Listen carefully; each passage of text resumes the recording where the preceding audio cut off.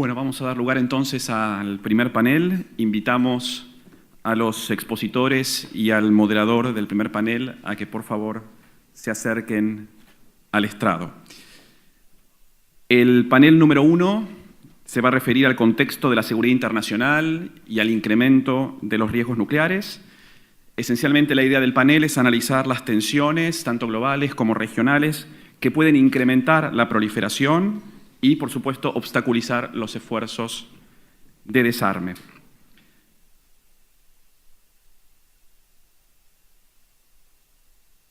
El primer panel va a estar moderado por Rafael Grossi. Rafael Grossi es embajador argentino ante el gobierno de Austria, representante permanente ante los organismos internacionales con sede en Viena y actual presidente del Grupo de Proveedores Nucleares. Entre sus múltiples actividades orientadas al desarme y la no proliferación, en particular destacamos que ha sido jefe de gabinete del director general del Organismo Internacional para la Prohibición de Armas Químicas, OPAC, y jefe de gabinete en el Organismo Internacional de Energía Atómica, OIEA. El embajador Rolf Ekéus es presidente emérito de la Junta Directiva del Instituto de Investigación para la Paz Internacional de Estocolmo, CIPRI, y miembro de la Red de Líderes de Europa. Ha sido presidente ejecutivo de la Comisión Especial de Naciones Unidas sobre Irak y actualmente es miembro de la Junta Directiva de Nuclear Threat Initiative.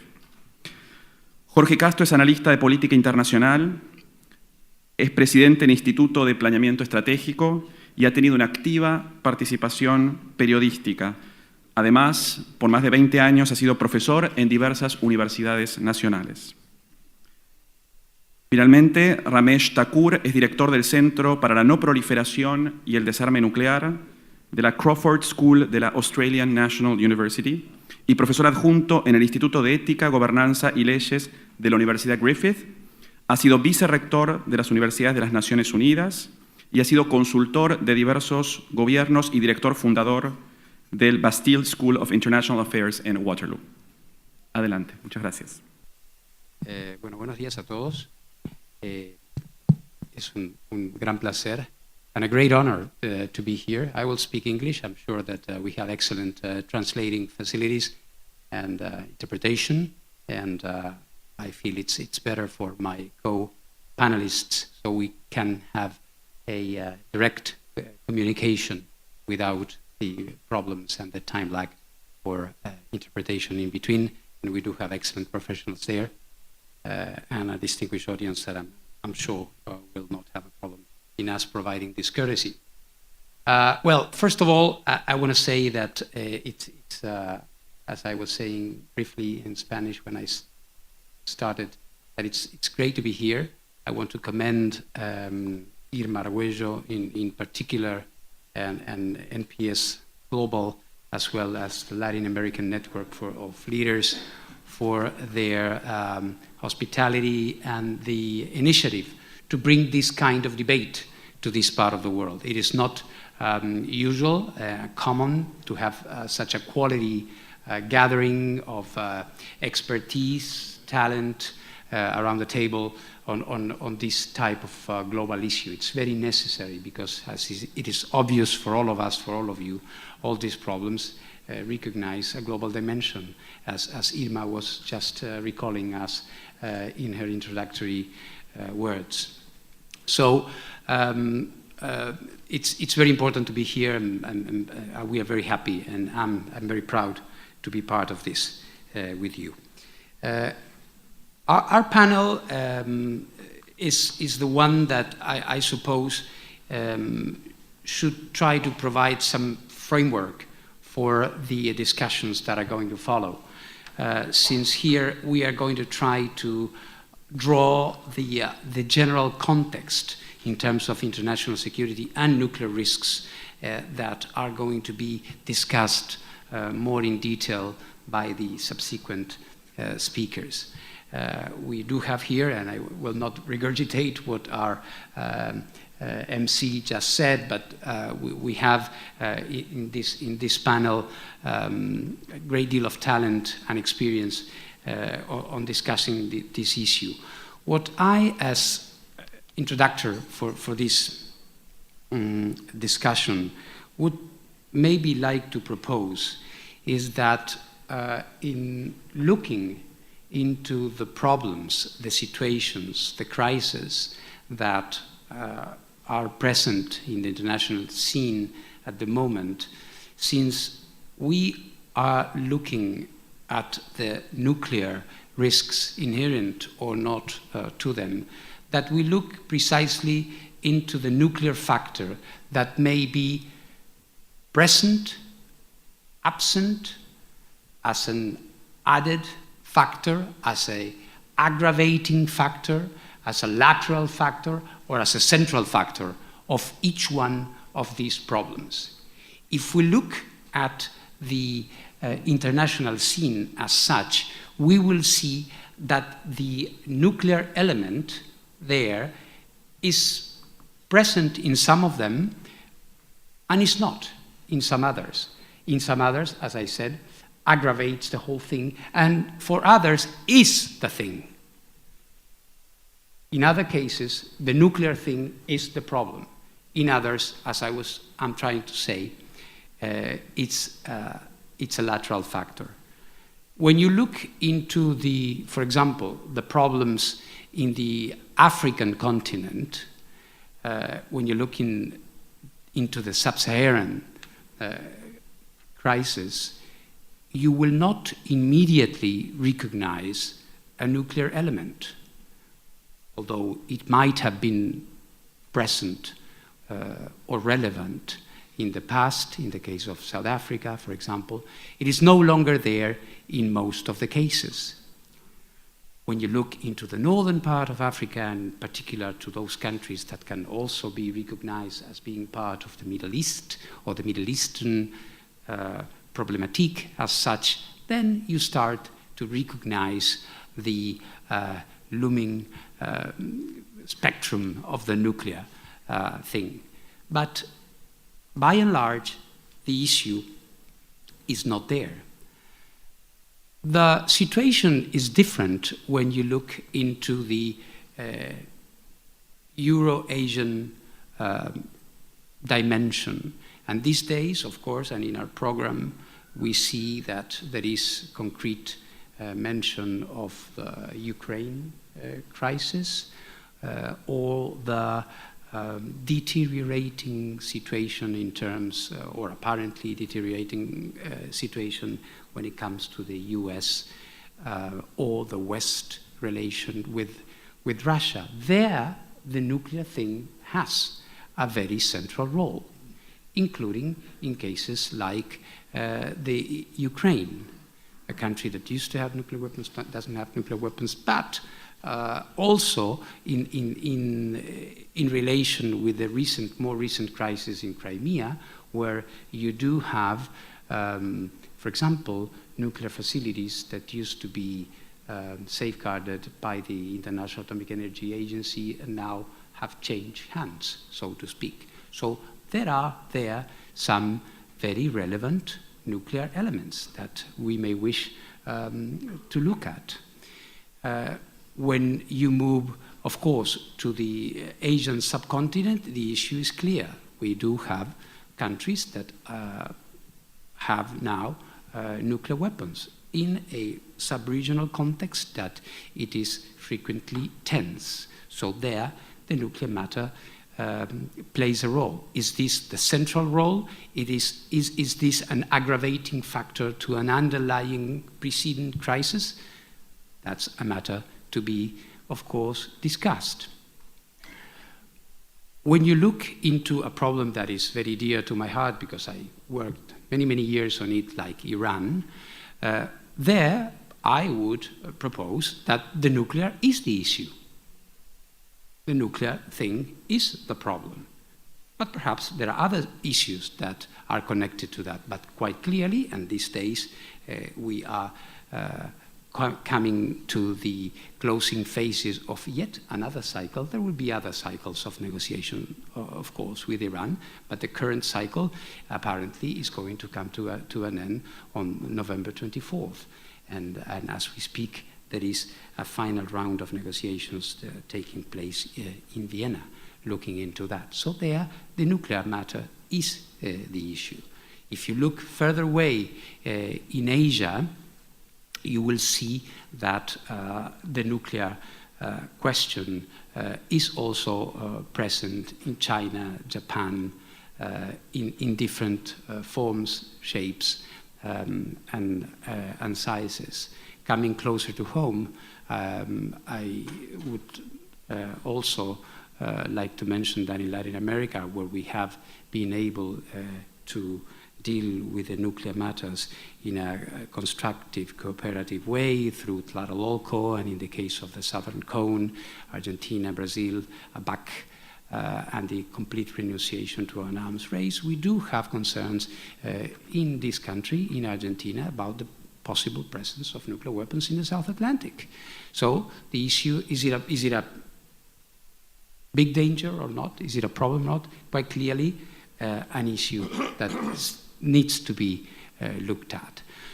So this bird's eye introduction shows us that the nuclear risks and the increasing presence of the nuclear factor is something that cannot be overlooked, and that affects in different forms and in different ways the problems that we have in front of us in the international scene, thus making them more urgent to be solved, and to be solved in different ways, using different diplomatic tools. And this is what we are going to try to discern, we are going to try to learn through the informed, the wise look of my co-panelists. So these are my introductory remarks, and with hoping that they may help in making the discussion a bit more interesting. And with no further ado, I would like to start introducing my co-panelists, starting with Ambassador Ekéus. He has already been introduced, so like I said, I will not delay you further from his thoughts. Rolf, please, you have the floor, and welcome to Buenos Aires. Thank you very much, Rafael, and Irma, thank you very much for inviting me. I'm very honored to be here and very happy to be here. I think the issues we are addressing today, and our panel especially, will be broader, more general, and then we focus maybe on details. My responsibility, I guess, will be to start at least from what we in the Northern Europe feels the European crisis. Suddenly the peaceful Europe appears to bringing out problems and concerns to all of us on a global basis. I will return to that. But if I may say so, the Crimea annexation was a starting point, and it, as you pointed out, Rafael, it has a clear nuclear dimension, namely that it was one of the, so to say, legal dimension safeguarding the Crimean Ukrainian identity was the Budapest Memorandum, which in its turn had its base in the Nuclear Non-Proliferation Treaty. The memorandum stated that the nuclear capabilities and components in Ukraine should be taken out of the country, moved to Russia, but also that should be accompanied by assurances by the participants in this memorandum, which of course were signed up by the depository powers of the Nuclear Non-Proliferation Treaty. Of course, the annexation of Crimea obviously looked rather foreign to the United Nations Charter. It looked peculiar to the Helsinki document and to the Paris document on the future of Europe. So it violates many things. And what the effect, I can tell you, was not one of relaxed peace in Europe. And let me say that in the north, this came as a shock.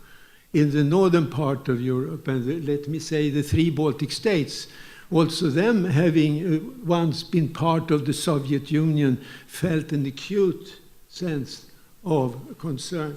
And oddly enough, also a peaceful little country like Sweden sensed a tremendous pressure, and it affected the policy. The Baltic states immediately started being members of NATO. Required an increased presence of expansion of NATO presence in these three, Estonia, Latvia, and Lithuania, on their territories. Sweden, which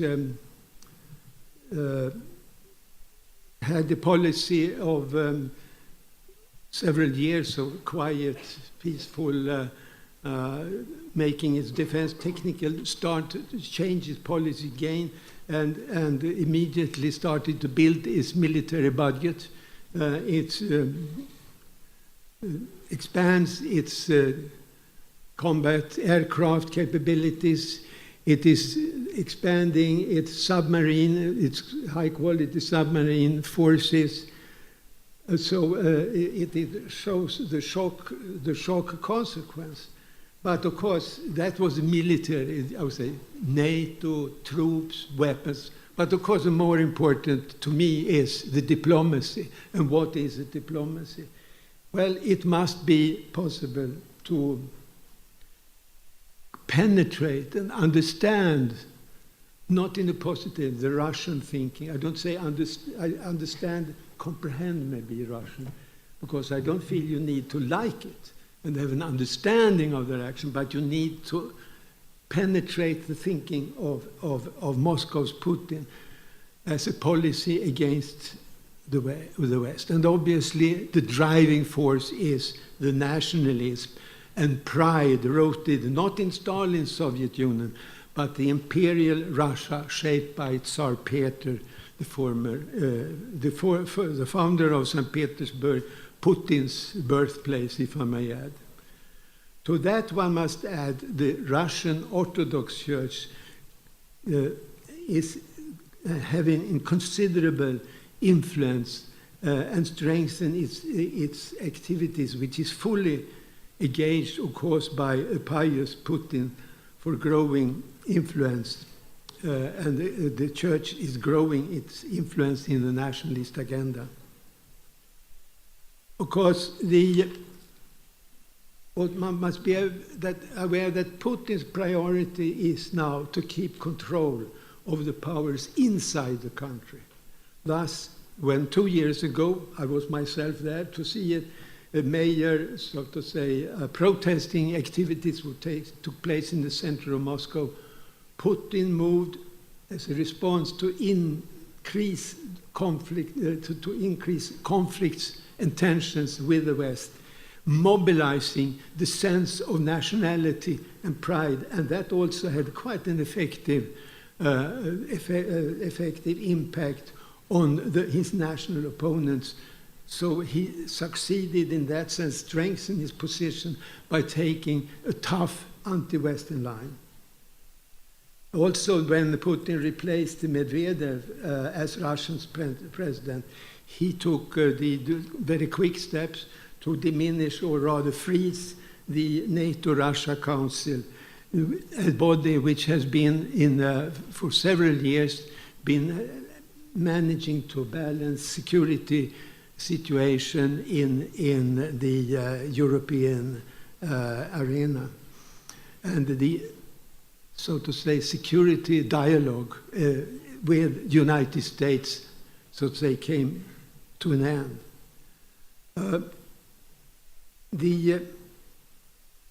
Of course, like many others, like the church, like his compatriots, Putin sees the expansion of the West on the European continent as manifest in the series of steps, first of all with the NATO enlargement, leading to further isolation, further diminishing the role of Russia in the world. So these actions now, that's why he is reacting on the Ukrainian initiatives.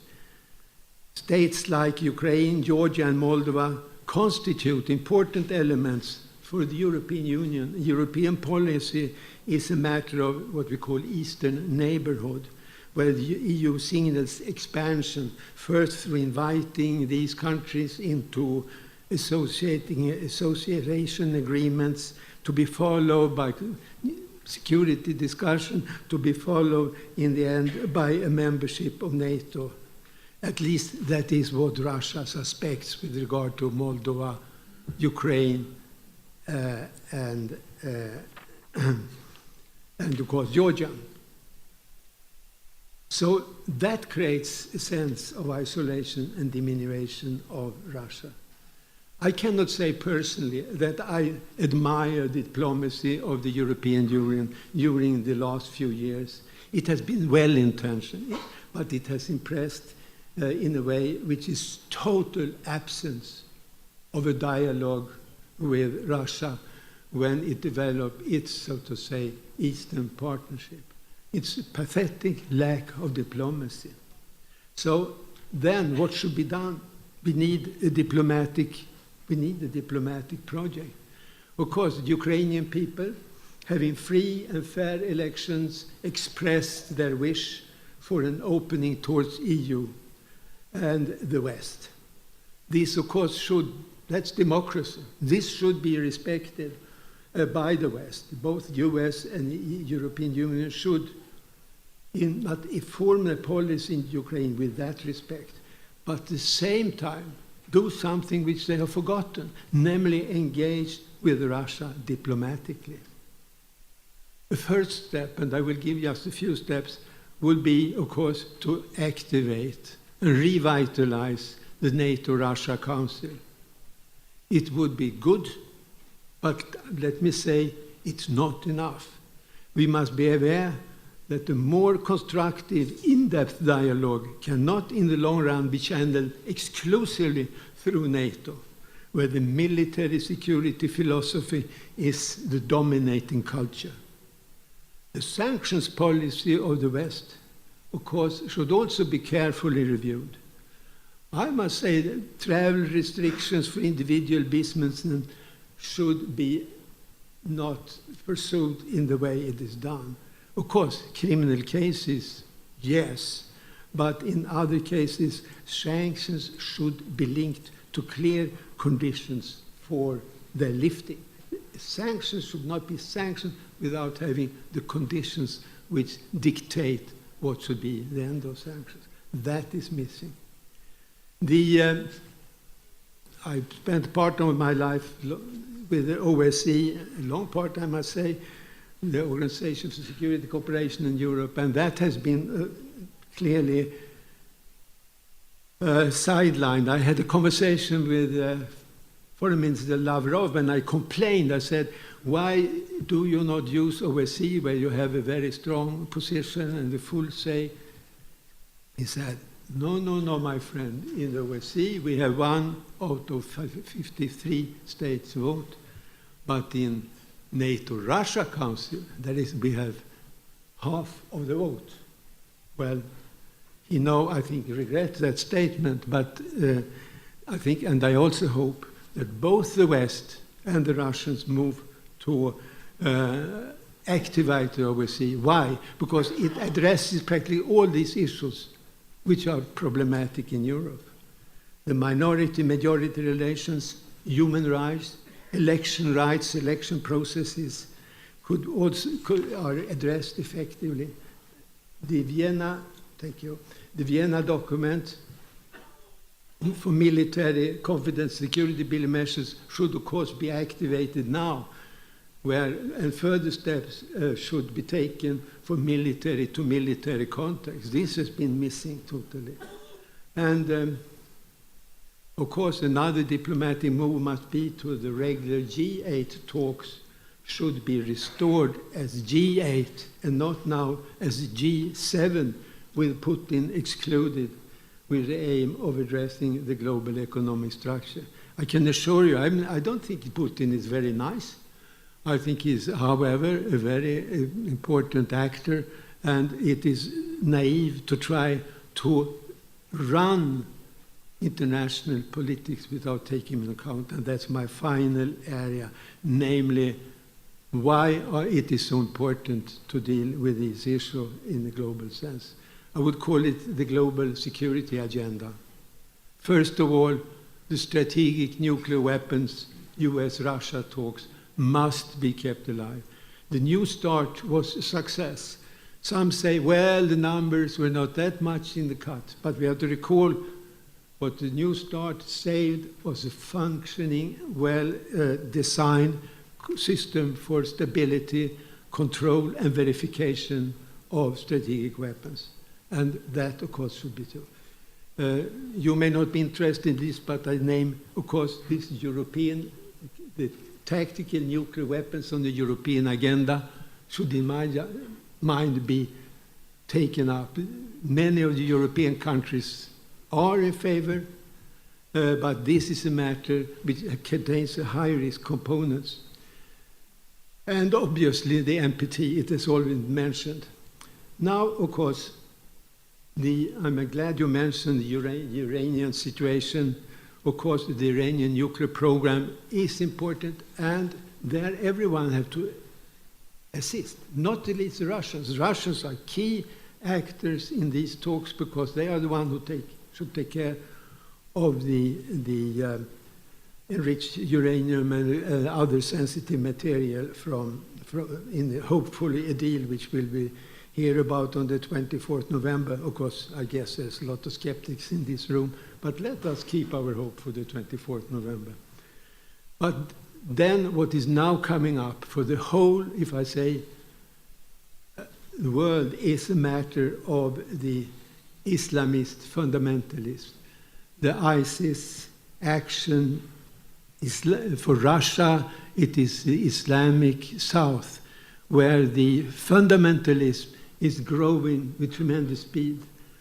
We should all, I think it's important to start to make an important component in the global security agenda must be the dealing with the new challenges of fundamentalist Islamism. Of course, other issues where Russia, of course, are essential for the West and cooperation could work is the Syria issue. The matter of the chemical weapons, I think, was a very elegant diplomacy. Sometimes one can be happy to be diplomats when things are handled in such a smart way. And the final, so to say, action here is, of course, the matter of, maybe the most important, to bring a dialogue with China into play. I'm not a great admirer of Richard Nixon, I must say, but the way he handled Brezhnev and the way he handled Mao and he played them was a masterstroke. And why it's not good for all of us to start to see if we can get these three actors together. So that is, I think, the common global agenda we have to address. There are many other issues, but that is starting from Crimea. Thank you very much. Thank you very much.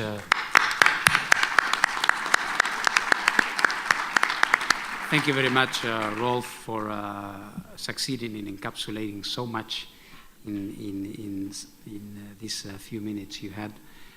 Of course, you were part of many of the processes that you were mentioning, so I'm sure that when we come back to you in the questions and answers part of our debate, you will have more to contribute. So my idea would be to simply continue to have our panelists offer their thoughts, and then in the end, I'm sure we'll have a very rich exchange with them. So I move on to my connational, Dr. Jorge Castro, one of the main political analysts, thinkers on international relations, security, also national politics, a very distinguished man of thought.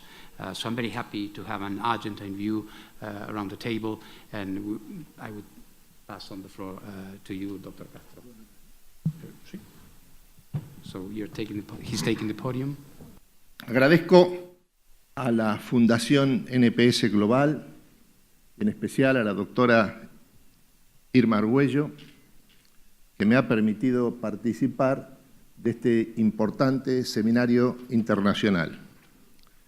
Y agradezco doblemente por permitirme hacerlo como integrante de este prestigioso panel.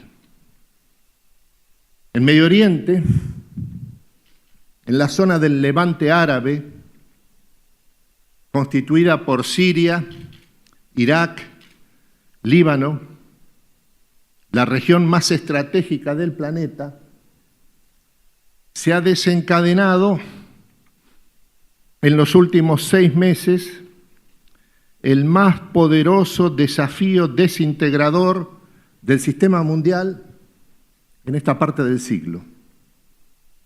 Con la libertad de acción en este conflicto que ha estallado en manos de un islamismo revolucionario de proyección global y praxis bélica de avanzada, de carácter técnico, no religioso. El Estado Islámico, o ISIS, que se ha desatado esta extraordinaria ofensiva en la región más estratégica del planeta, es el actor que encarna una de las partes más significativas de este enfrentamiento de alcance global.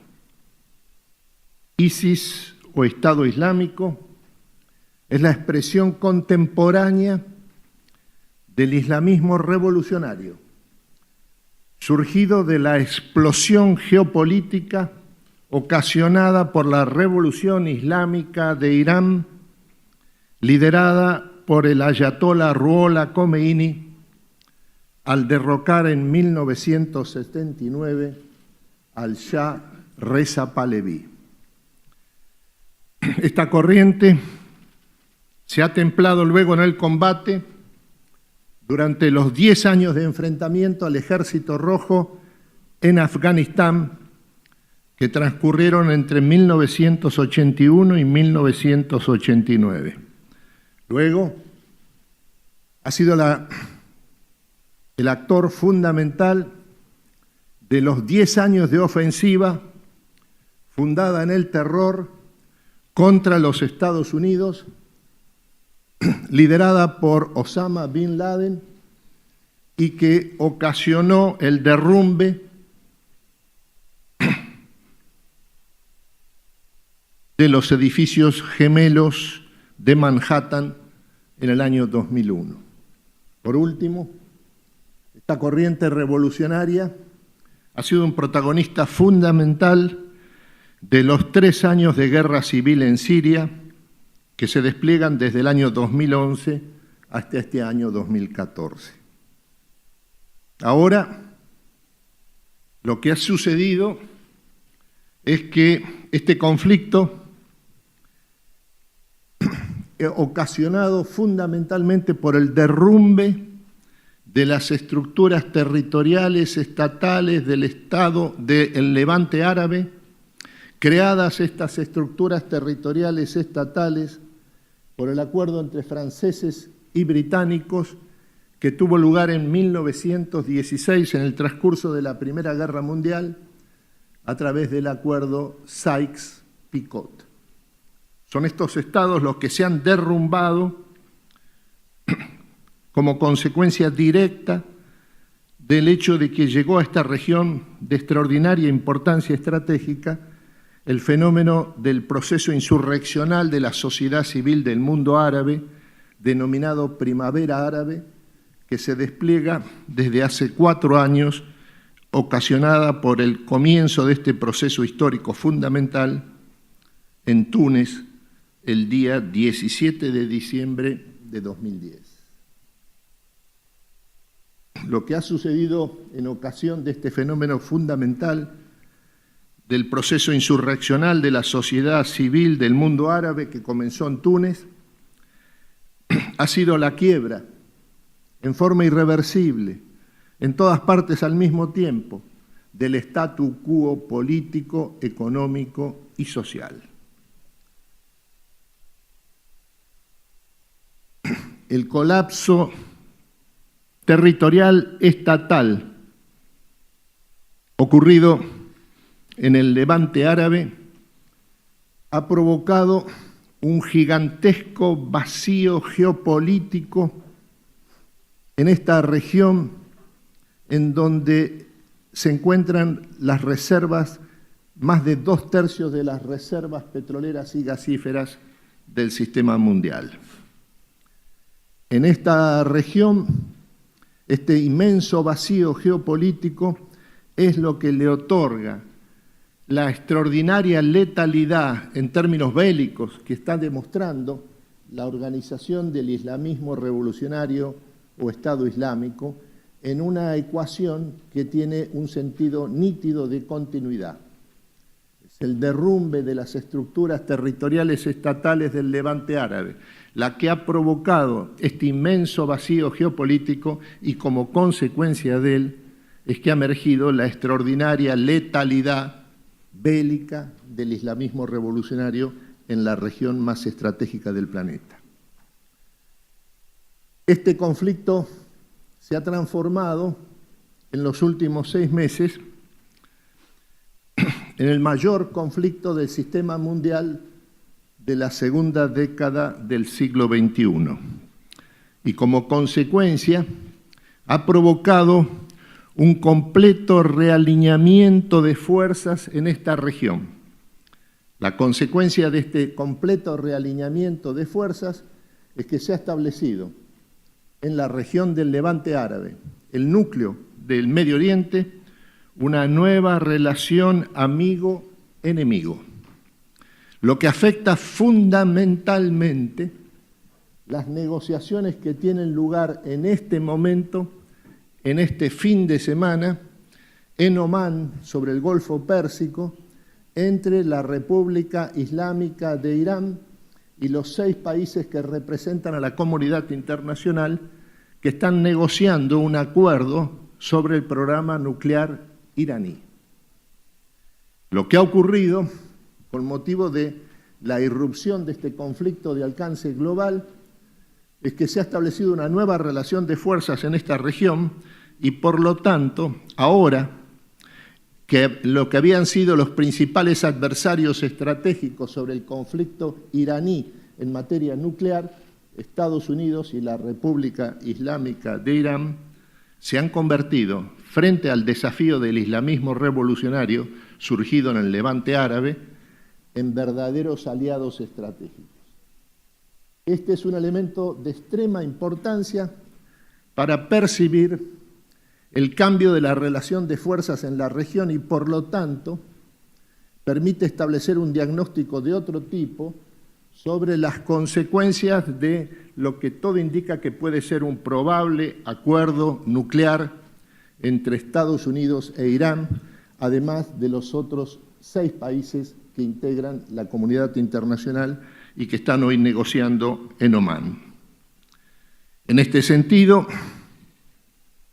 la cuestión ahora en esta región de Medio Oriente, antes que un conflicto de carácter esencialmente militar, es un desafío de orden básicamente político, porque el vacío de poder que ha surgido en esta región hace que lo que le otorga especial eficacia bélica a el islamismo revolucionario del Estado Islámico no sea su capacidad militar en sí misma, sino precisamente el hecho de que se sustenta en el derrumbe de las organizaciones territoriales estatales de esta región, la más estratégica del planeta. Por eso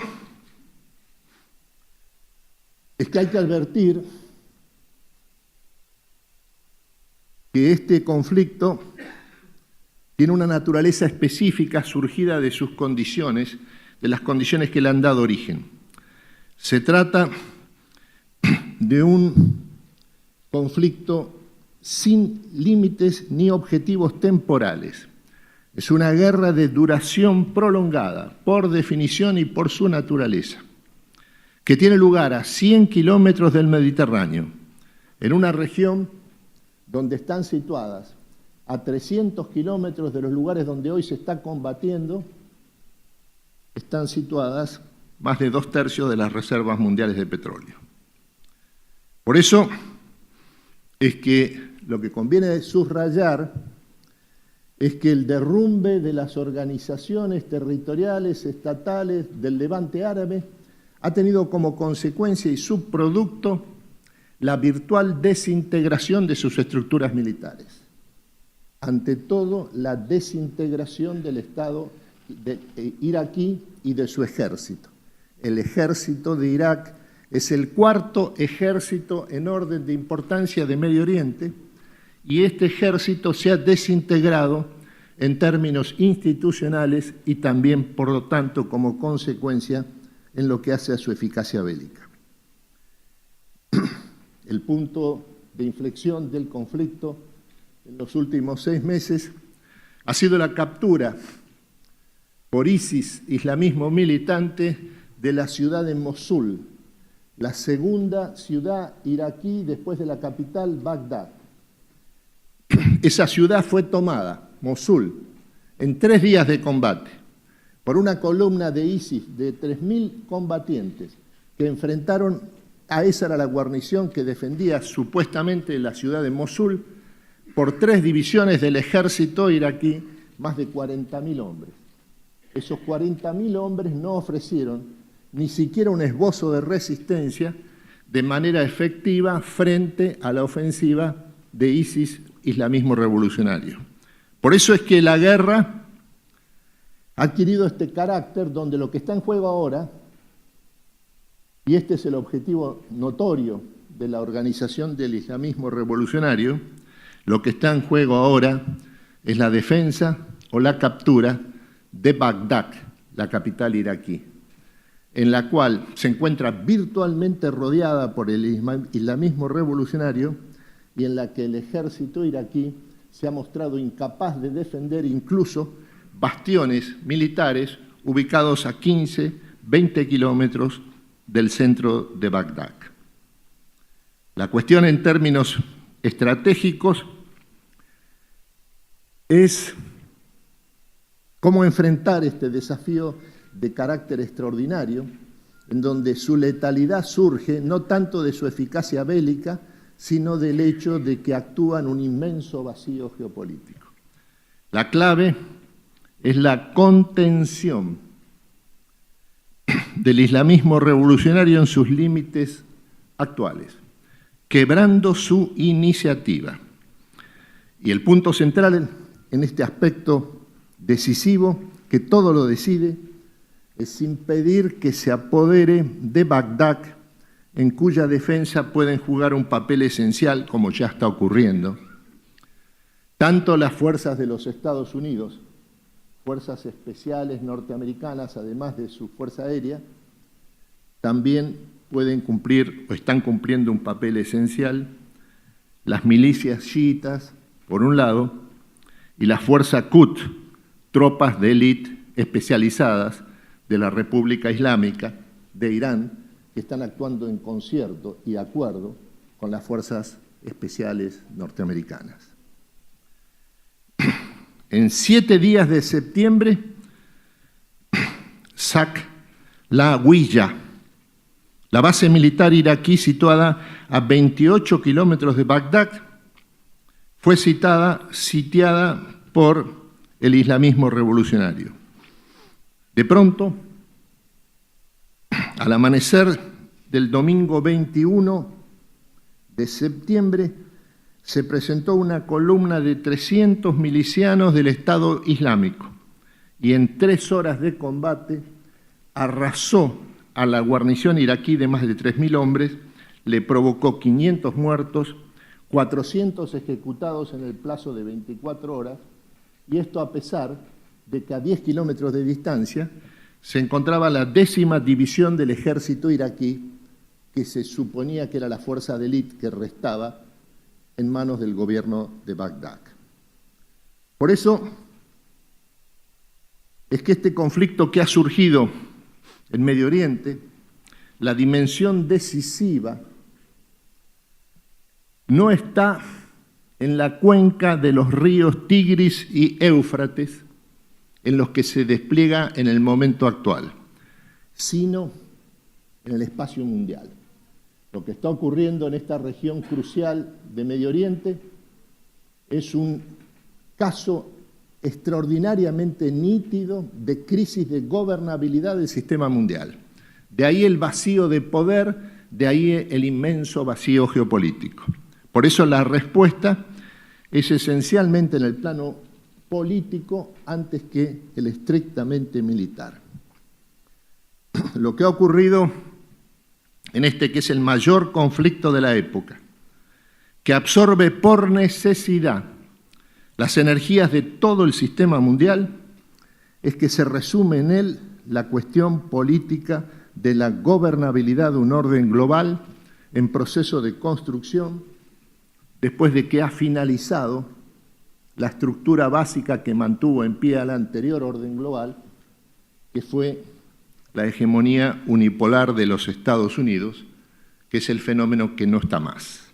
En estas condiciones es que se presenta este conflicto de envergadura extraordinaria que muy probablemente establezca las condiciones para establecer, para resolver el acuerdo nuclear entre Irán y la comunidad internacional que se negocia este fin de semana en Omán. Muchas gracias.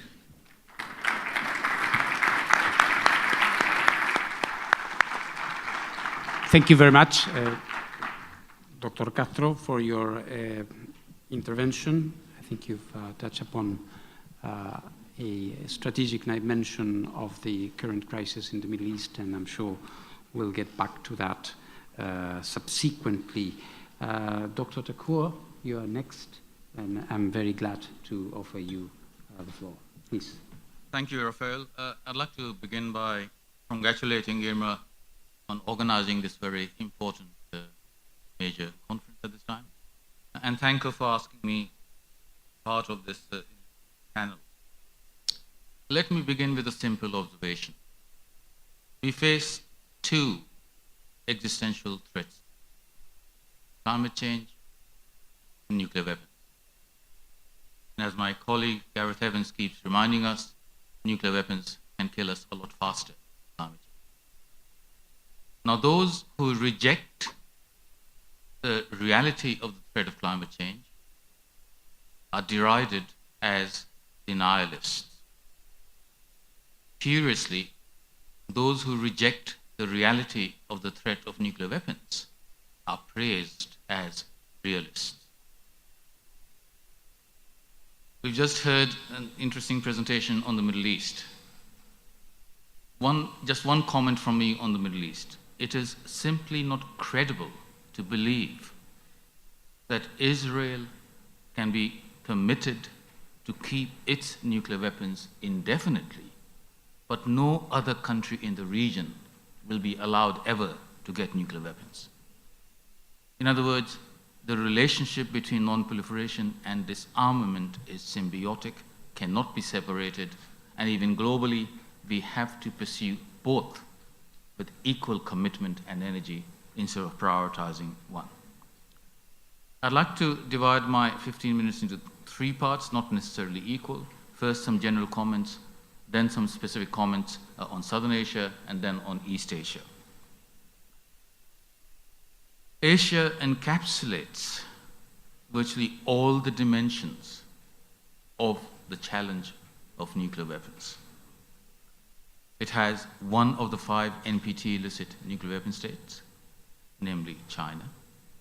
It has 2 of the 3 extra NPT nuclear armed states, namely India and Pakistan. And it has the world's only NPT breakout state, North Korea, which used to be a member of the NPT and then broke out of it. Like others with nuclear weapons, the Asian nuclear armed states also are engaged in modernization, upgrade, diversification across the sea, land, and air platforms, etc. But Asia is unique in that it's the only continent where the numbers of nuclear warheads are actually still increasing. And they're increasing in all the 4 countries that we're talking about. China, India, Pakistan, and North Korea. It is also a continent that has some of the world's most serious, longest running, frozen, protracted interstate conflicts. In other words, while we might have moved from interstate to internal intrastate conflicts elsewhere in the world, in Asia, interstate conflict remains very much a major issue. And of course, as you will be aware, highly credible modeling and scenario analyses have shown that even a limited regional nuclear war between India and Pakistan could have catastrophic global consequences through nuclear winter types of effects, for example, that in addition to the initial numbers, in large numbers killed through heat and blast and radiation, etc., damage to crop production, disruption of global food distribution networks, etc., up to 1 billion people could die from that limited nuclear exchange. Now, having said that, I think the chances of a deliberate use of nuclear weapons are slim, extremely slim. And yet, most people who work in the field do believe that Southern Asia is the least unlikely setting for the next use of nuclear weapons. Why is that? Well, let me put 3 propositions to you. No one can be confident that another Mumbai-style terrorist attack will not take place on Indian soil again through the activities of groups with significant connections back to Pakistan. 2, should that happen, no one can be confident that the government of India, whichever government is in power, will not respond militarily in one form or another. 3, if India does respond through military retaliation against Pakistan, no one can be confident that the resulting war will not escalate through the conventional to the nuclear level. So we can't be confident of escaping a nuclear war. And the most likely pathway would be through these sorts of activities. And it is even conceivable that a particular jihadist group might launch a terrorist attack on India with the very goal of provoking a conflict, an armed conflict between the 2 countries that escalates to nuclear weapons, or to be able to get their hands on nuclear weapons in Pakistan in the midst of a crisis, when the command control safeguards and securities are a bit more relaxed than the rigorous procedures in place normally. Which also means that we need to go into the nature of the state of Pakistan in order to appreciate the dynamics and the threats and dangers. Pakistan, of the 9 countries that have nuclear weapons, is the only one where the military has been in charge of the policy. The military is in control of the weapons. The military will decide whether or not to deploy and use them. Now, of course, this is a continent that knows something about the dynamics of military rule over civilian leadership, whether it's weak or non-existent. But in addition, Pakistan is the only one of the 9 that has a major irredentist claim to part of territory under the control of its neighbor, which is also nuclear armed. It is the only one that has used and continues to use jihadist elements as an instrument of state policy. And we know it is a country where Islamist influence has spread deep into structures and institutions of the state, which again adds to the dangers. On the other side, India has often been clever rather than sensible in acknowledging that it has conflicts and crises with its neighbors and putting serious efforts into resolving them.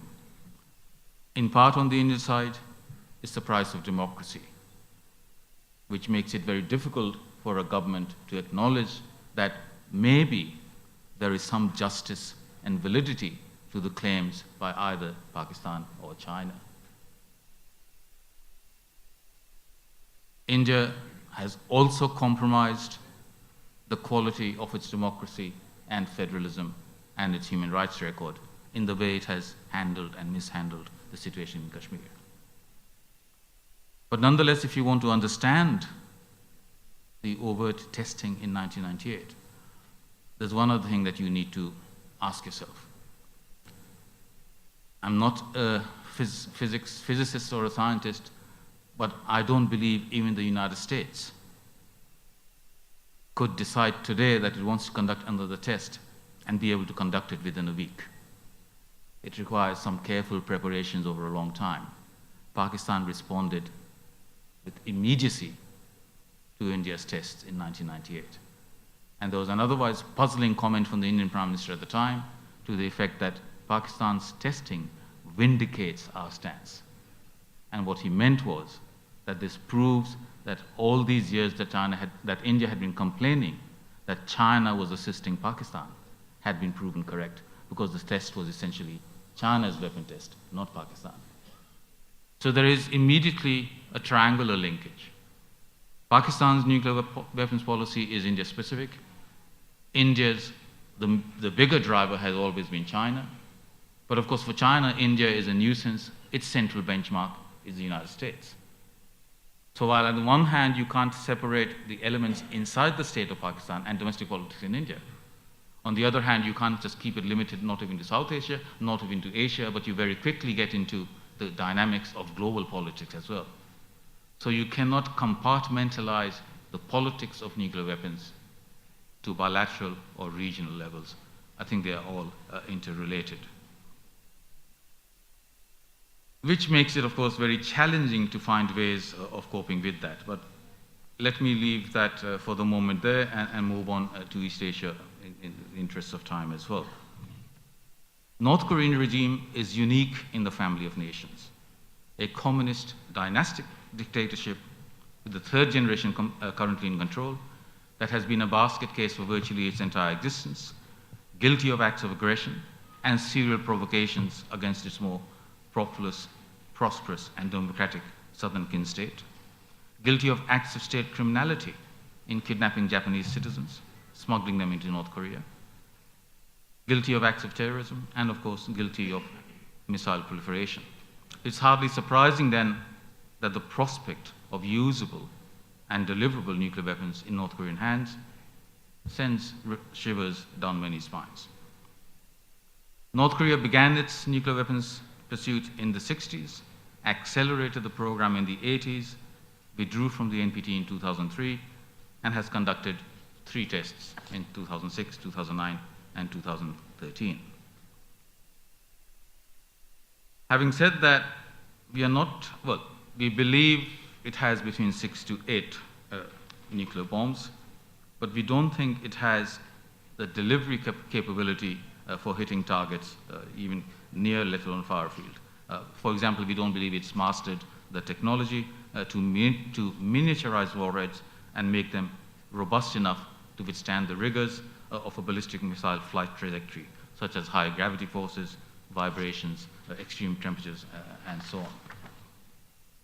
Nor do we know precisely or with any confidence the motives behind its various actions. Why is it doing it? Does it fear a genuine threat from the United States?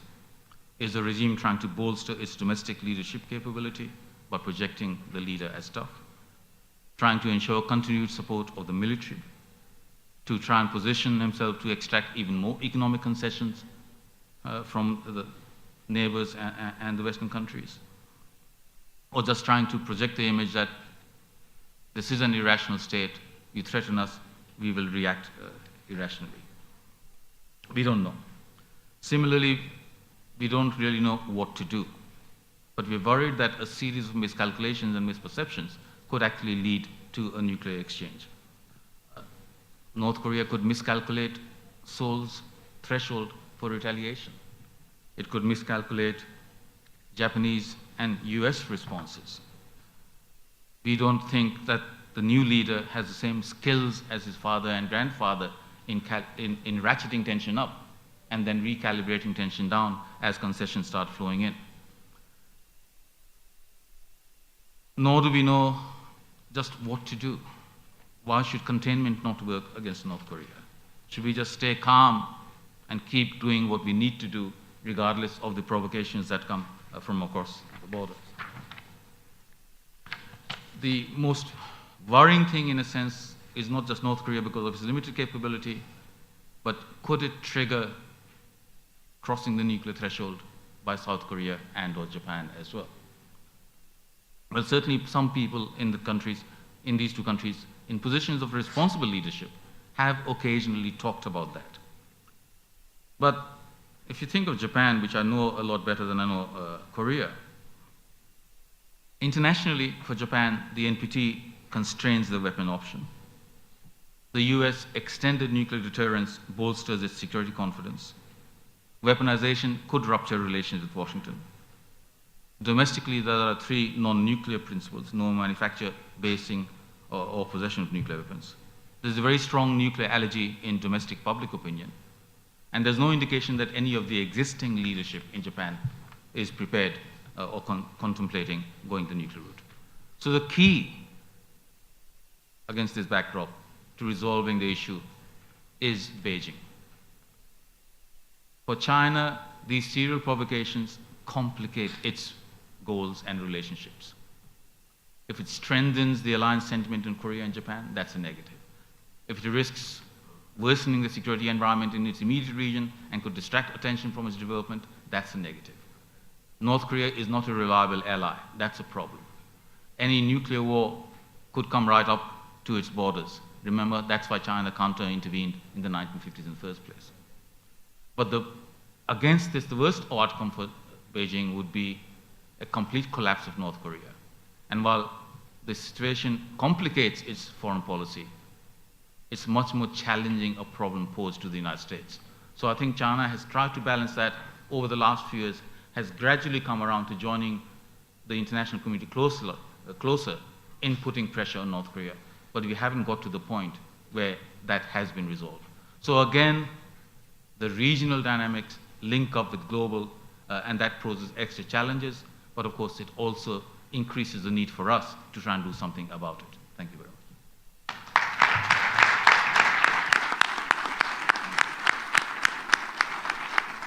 Well, thank you very much, Ramesh, for that quite captivating description of the challenges, and in particular in Asia. You bring lots of elements which are interesting. I think, although we are running a bit late, I think it was worth the while in that in the presentations we were able to discern how many things we may wish to look into when assessing whether the risks in general and the nuclear risks in particular are in the increase or in the decrease.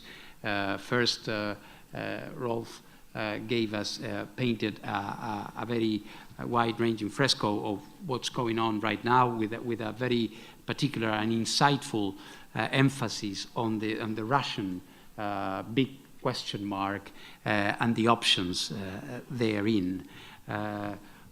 Jorge Castro gave us a very captivating and dramatic recount of what's going on in the Middle East, and in particular the emergence of ISIS, the military threat it is putting, and the unraveling of the traditional countries, some of the traditional countries in the region, and the disappearance of their stabilizing factors that they provided.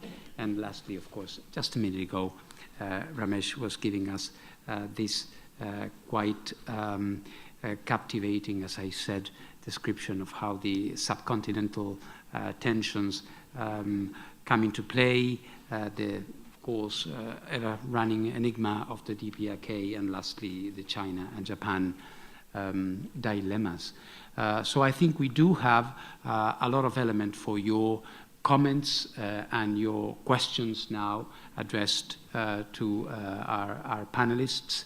I believe we have somebody around the room that will be maybe carrying a microphone or not. But I suppose that should be the way around. Yes, thank you. What I would propose is that when you take the floor, you identify yourselves, what's your affiliation, or and who are you addressing your question to. So let's start with that. And I have a first question on my left, en mi izquierda, en el fondo. Por favor. Thank you very much. Muchas gracias. Hola. ¿Qué tal? Buen día. Hola. Juan Bataleme. Ahí está. Juan Bataleme, de NPSGlobal. Buen día a todos. Quería hacer una pregunta específica al doctor Thakur. Es acerca de el aceleramiento de los sistemas de defensa, de los escudos de defensa, tanto terrestres como navales, en Asia. ¿Qué impacto tienen dentro de la posición general? Si favorecen la ofensiva o favorecen la defensiva, esa clase de modernización militar en Asia, tanto en China como en Japón, inclusive los despliegues navales que tiene Estados Unidos. Gracias. Okay. I would propose that since we need to be efficient in the use of our time, I would propose that you answer the question, try to be brief, so we can take as many questions as possible. Otherwise, subsequent questions may be addressed to different issues, different items. Go ahead with this question, please, and then I will give the floor to somebody else. Well, it's a good question. In our center, we take the position that elements of the nuclear platforms that contribute to deterrent stability, we do not mind so much.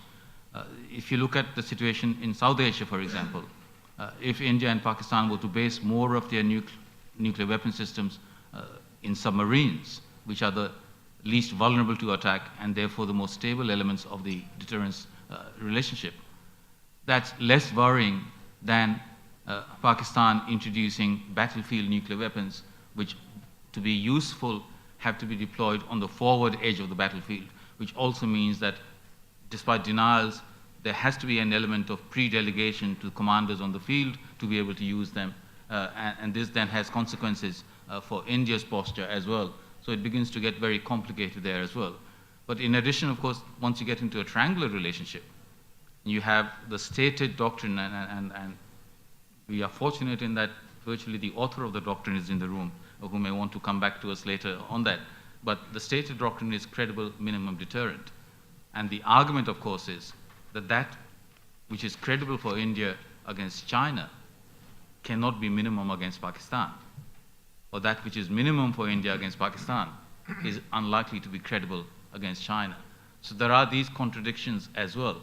And finally, of course, you may think your system is defensive, but what if your rival thinks it's offensive? Very good. Here, please, Ambassador. Thank you. My name is Carlo Trezza from Italy. First of all, I want to say that I fully share the analysis of Rolf Ekéus about the situation in Europe.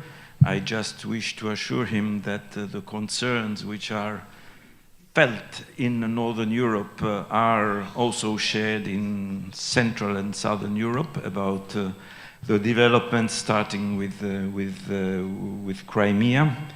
What is, I mean, the main concern in my view is the collapse or not working of all the instruments which have been established in the last decades exactly to prevent what has happened. I mean, I'm talking about the Helsinki process, I'm talking about the CFE treaty, I'm talking about the Budapest, of course, memorandum, which unfortunately is not legally binding, and the NATO-Russia dialogue. I mean, all these instruments have not worked, and this is the big concern, how to respond. I mean, dialogue at different levels. You mentioned the military level, the religious, very important. Just last week in Rome, there was organized by the Vatican a meeting between religious authorities on nuclear issues. Very interesting.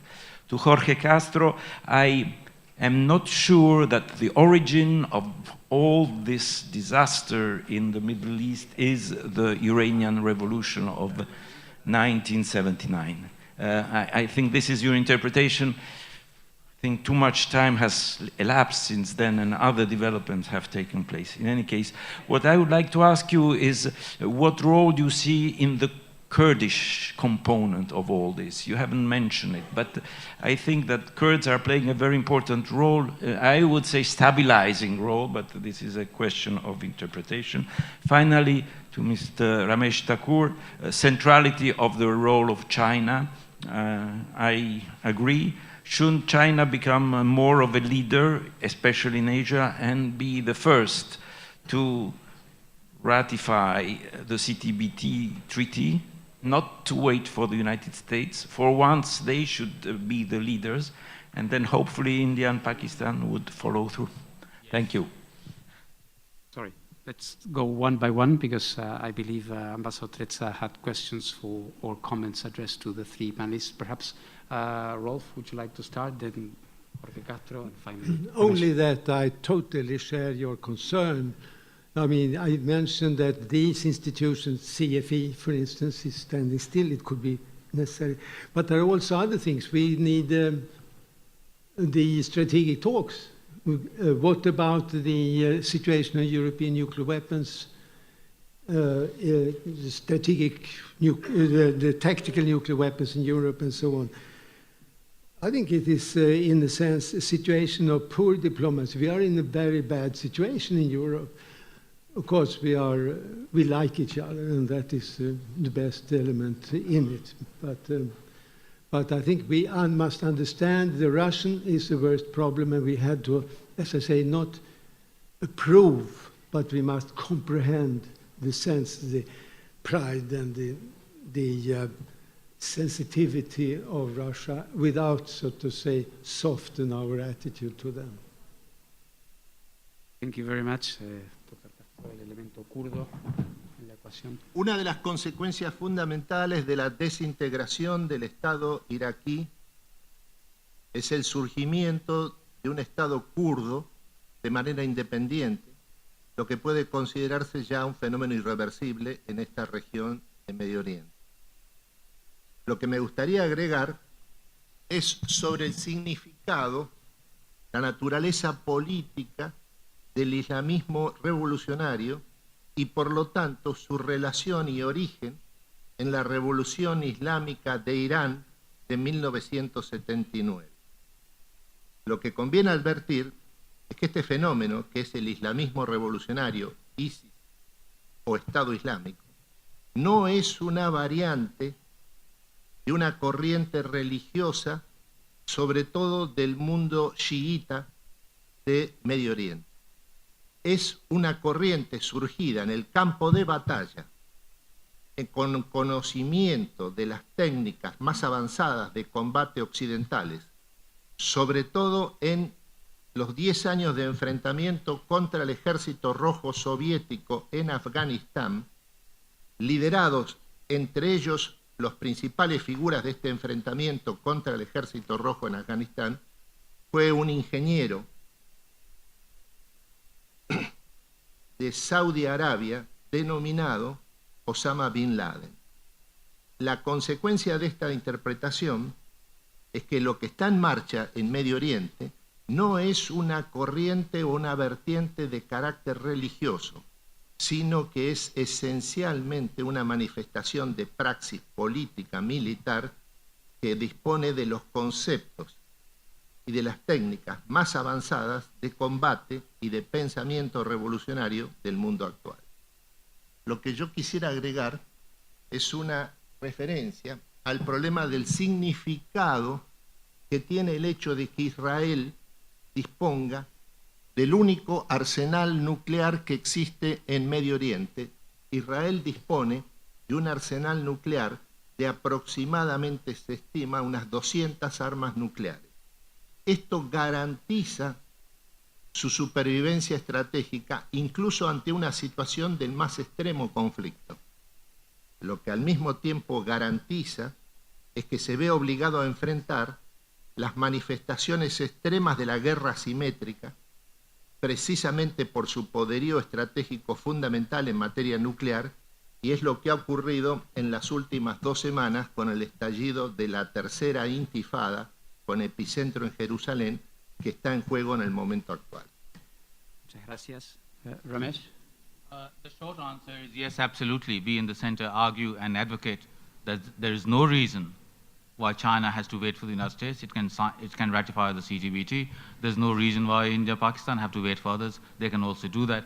We also go further and say that unlike, for example, the UN Convention on the Law of the Sea, which has entered into force even without the United States being part of it, if the United States is the only bar to the entry into force of the CTBT, it would exert enormous pressure on American policymakers, even the Congress, to come on board, because it's also in their interest, and clearly so. Having said that, I have also never understood why the countries that negotiated the text of the CTBT adopted this curious, egregious, and ultimately self-defeating entry into force formula, and why the world just doesn't change that and bring it into force.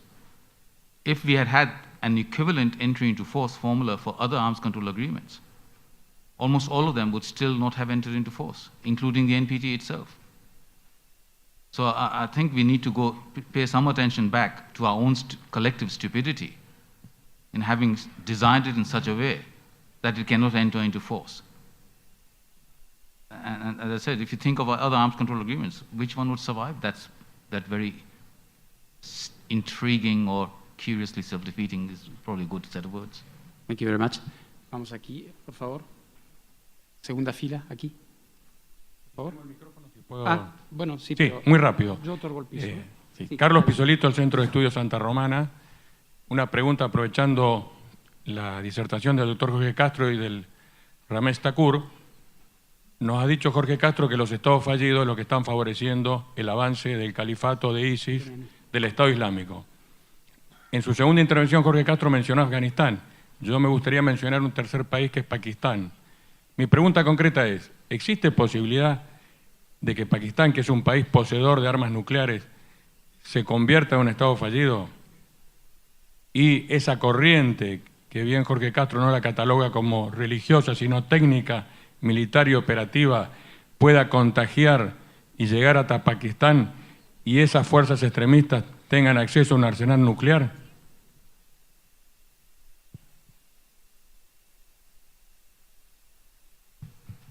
Bueno, lo que mantiene en pie a Pakistán como Estado e impide hasta ahora que se convierta en un Estado fallido es que el Estado en Pakistán es sinónimo de su ejército y en general de sus Fuerzas Armadas.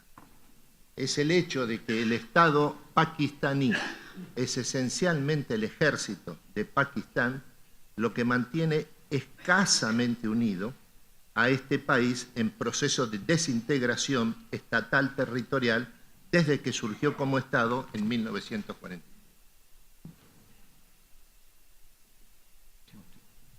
I think it's a genuine worry. It's a widely shared worry. And of course, it's a particular worry for India being right there. I think the Pakistani argument is that they have adequate controls, they have full safeguards, and they also point out, of course, accurately, that they have lost more soldiers in the fight against jihadists than has any other country. And that part is true as well. But nonetheless, I don't think any of us sleep well at that reassurance, because the threat is very real of internal capture of these weapons or external attacks. And the attacks have been increasing in frequency, but also in sophistication on military installations by the jihadists. And we know that, or we believe that some of these installations are storage areas for nuclear materials and weapons. Thank you, Ramesh. We move to Ambassador Sood. Thank you, Mr. Chairman, for providing the backdrop, and my compliments to all the three panelists for extremely lucid, cogent presentations. I have a generic comment which I think translates into a question for all the three of them, and which is that I think historical narratives are extremely important, and I will just take a minute to explain. Let us take the first one, which Ambassador Ekéus referred to when he brought the focus on Europe. There is a conflicting historical narrative here in terms of post-Cold War history, which is that in the then Russian leadership's point of view, post-Cold War history was supposed to be a multipolar history, and that dissolution of Warsaw Pact was not supposed to lead to NATO expansion. And we can get into history about, because a lot of people have written their memoirs about it. Now, on the other side, the US or the Western narrative of post-Cold War history is a different one, which led to a unipolar moment and all the rest of it, and the NATO expansion eastwards, and we saw that. So how do you resolve this conflicting narratives of history? Let me come to the Middle East, which Professor Castro explained in wonderful detail. And here you have a conflicting narrative of history which goes back to, as he referred to, the 1914 Sykes-Picot Pact, which created artificial or new states, not looking at natural barriers of ethnicity, community, and so on. And we see what the prospects of dissolution of those nation structures and dissolution, including of military structures, particularly in Iraq and in that region, possibly divisions within Syria, what it is leading to. And finally, if we come to Asia Pacific, we look again at conflicting historical narratives in terms of the subcontinent, which Professor Ramesh Thakur referred to. So therefore, I think resolving conflicting historical narratives, particularly where they are deep-seated and have converted into themselves with this dimension, becomes extremely important. Thank you.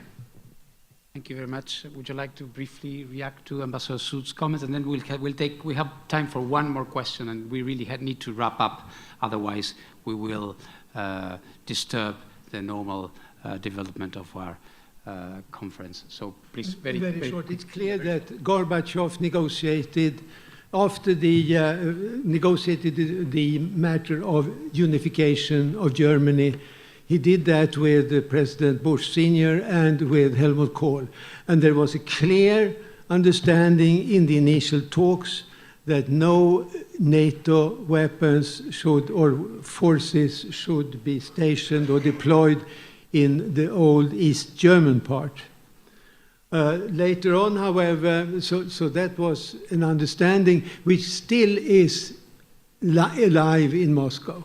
Then, of course, the problem was the Soviet still existing economic desperate situation, and the one who had to help Soviet and the East Germany was the Germans. So they talked and discussed, and the matter was not raised again so much. So in a sense, the undertakings, which were certainly not agreed in written form, was reinterpreted first, and I think it was understanding for everyone living at that time that there should be no NATO forces in that part of Germany. Then, of course, situation changes with the whole Warsaw Pact, so to say, set up, collapsed, and still it was a very cautious attitude. But gradually, this has been neglected more and more. So we have two interpretations. Gorbachev is still the one who insists on his, and the Russians support him. There he's not very popular otherwise, but there is an agreement. So I agree with you, Rakesh, that this is a very poisonous element still, and the bitterness of the NATO expansion directed against Russia is felt as a certain treason. But they were very weak. They were very weak at that time, the Russians, and so they had little to, especially when Soviet Union collapsed, and Yeltsin didn't bother very much about these things. Thank you, Rolf. quick reaction? Ambassador Sood is absolutely right, of course, in highlighting the centrality of identity politics to so many conflicts around the world. And he's right in drawing attention to the fact that history and myth-making are contested terrains precisely because they are crucial to constructing social, political, and national identity. So I agree with that. But just one further comment, and that is that, yes, conflicts are a prime motivator for acquisition of nuclear weapons. They might lead to the use of nuclear weapons, and the use of nuclear weapons can increase the horrific consequences of conflicts, therefore. But we should never hold the effort to eliminate nuclear weapons and reduce them in the meantime hostage to the ending of conflicts first. I think we have to pursue both because they are done on parallel tracks rather than sequentially, one being dependent on the other. Thank you very much. Okay, I have one more last question for this panel. Please, go ahead. Edgardo Aguilera, del diario Ámbito Financiero. Los panelistas han mencionado a 3 países en la descripción de conflictos y sus implicancias, que han sido Rusia, Irán por otro lado, y también China cuando se mencionó la cuestión de Asia. En este marco, la pregunta es la siguiente. El gobierno de la Argentina, como sabemos y es un dato, ha hecho acuerdos de asociación estratégica con 2 de ellos, Rusia por un lado, China por otro, que además el último, digamos así, compromiso es comercial y está la participación de China en la provisión o, digamos así, de logística y servicios para el nuevo proyecto Atucha. Con Irán, como todo el mundo sabe, fue en la proximidad para tratar de llegar a una, digamos así, solución o una... a la cuestión de la AMIA, para no hacer más datos. La pregunta concreta es, ¿cómo se percibe o se percibiría a la Argentina en este contexto en el marco de las descripciones que se han hecho aquí motivo de este seminario, es decir, el de la seguridad nuclear? Muchas gracias. Quizá, doctor Castro, quisiera usted comentar la pregunta. The question is centered on Argentina, so maybe I should give first the floor to Dr. Castro. Pero la cuestión nuclear en América Latina está resuelta desde el año 1989-90 por el acuerdo entre Brasil y la Argentina que colocó los sistemas nucleares de los 2 países bajo un sistema de supervisión mutua. En este sentido, América Latina, gracias al acuerdo entre Brasil y la Argentina, se ha convertido en una región absolutamente estable en lo que se refiere a las armas nucleares. Lo que hay que agregar es que el acuerdo entre la Argentina e Irán sobre los acontecimientos provocados por las intervenciones terroristas que afectaron a la sede de la AMIA, la Organización de la Colectividad Judía Argentina, más la Embajada del Estado de Israel, respondió a una iniciativa de Irán, no de la Argentina.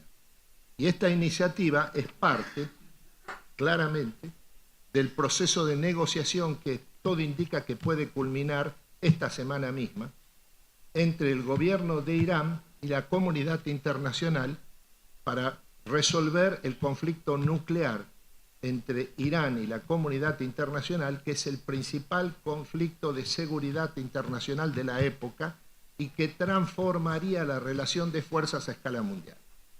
En este sentido, conviene ubicar la situación de la Argentina en su relación con Irán en una forma subordinada a este acuerdo fundamental que probablemente se esté negociando o se haya ya acordado esta semana en Omán sobre el Golfo Pérsico. Thank you very much. Well, I think we come to the end of what has been, at least to me, a very interesting hour and 15 minutes. I'm sorry that we've run a bit late. So I would like to ask you to offer our guests a warm round of applause for their contributions.